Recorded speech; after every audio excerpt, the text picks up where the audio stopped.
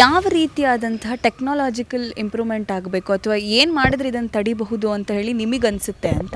ನಾನು first airport ಹೇಳಿದೆ, 13 kilometre, first ಅದನ್ನು ಮಾಡ್ಬೋದು. ನೆಕ್ಸ್ಟು ಟೆಕ್ನಿಕಲಿ ಯಾವುದಕ್ಕೋಸ್ಕರ ಈ ಟೆಕ್ನಿಕಲ್ ಇಶ್ಯೂಸ್ ಆಯಿತು ಅಂತ ನೋಡಬೇಕು.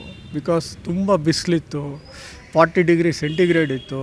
ತುಂಬ ಬಿಸಿಲಿದ್ದಾಗೂ ಏರ್ ಇಂಜಿನ್ಸ್ ಎಫಿಷಿಯನ್ಸಿ ಕಮ್ಮಿ ಆಗುತ್ತೆ, ಸ್ಪೀಡ್ ಜಾಸ್ತಿ ಮಾಡಬೇಕಾಗತ್ತೆ. ಸೊ ಅದರಲ್ಲಿ ಏನಾರ ಕೆಲವು ನಾರ್ಮ್ಸ್ ಚೇಂಜ್ ಮಾಡ್ಬೇಕಾ ನನಗೆ ಗೊತ್ತಿಲ್ಲ. So we have to check that. So ಆಮೇಲೆ ಎ ಸಿ ವರ್ಕ್ ಮಾಡ್ತಿರಲಿಲ್ಲ ಅಂತ ಹೇಳಿದ್ರು. ಮುಂದೆ ಎ ಸಿ ವರ್ಕ್ ಮಾಡ್ತಿರಲಿಲ್ಲ ಅನ್ನೋಕ್ಕೋಸ್ಕರ ಈ ಥರ ಆಗುತ್ತೆ ಅಂತ ಹೇಳೋಕ್ಕಾಗಲ್ಲ. But it also indirectly contributes the stress of the pilot. ಮತ್ತು ಇಂಡೈರೆಕ್ಟಾಗಿ ಥ್ರಸ್ಟ್ ಜನ್ರೇಷನಲ್ಲೂ ಸ್ವಲ್ಪ ವೇರಿಯೇಷನ್ಸ್ಗಳು ಆಗ್ತವೆ, ಬಿಕಾಸ್ ಹೀಟ್ ಜಾಸ್ತಿ ಆಗುತ್ತೆ. ಸೊ ಈ ಥರನೂ ಒಂದು ಕಾರಣ, ಬಟ್ ಇದೇ ಮೇಜರ್ ಕಾರಣ ಅಂತ ಹೇಳೋಕ್ಕಾಗಲ್ಲ. It also ads for the problem. So ಇದನ್ನೆಲ್ಲ ನಾವು ಸ್ವಲ್ಪ ಇನ್ನೂ ಸ್ಟ್ರಿಕ್ಟ್ ಮಾಡಬೇಕಾಗತ್ತೆ, ಈ ಥರ ಒಂದು ಇದನ್ನು.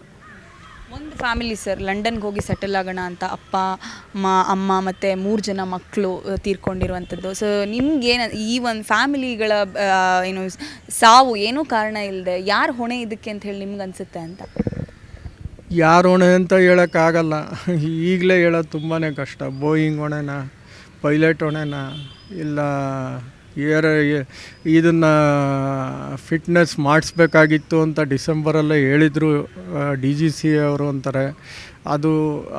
ಅದು ಖಂಡಿತವಾಗಿ ಇದೆ ಅಂದರೆ, ಆ DGC ಅವ್ರದ್ದು ಇದೆ ಅಂದರೆ, DGC ಅವ್ರದ್ದೇ ಪ್ರಾಬ್ಲಮ್ ಇದೆ ಅಂದರೆ ಅವ್ರದ್ದು ಹೊಣೆ ಆಗುತ್ತೆ, ಏರ್ ಇಂಡಿಯಾದ ಹೊಣೆ ಆಗುತ್ತೆ.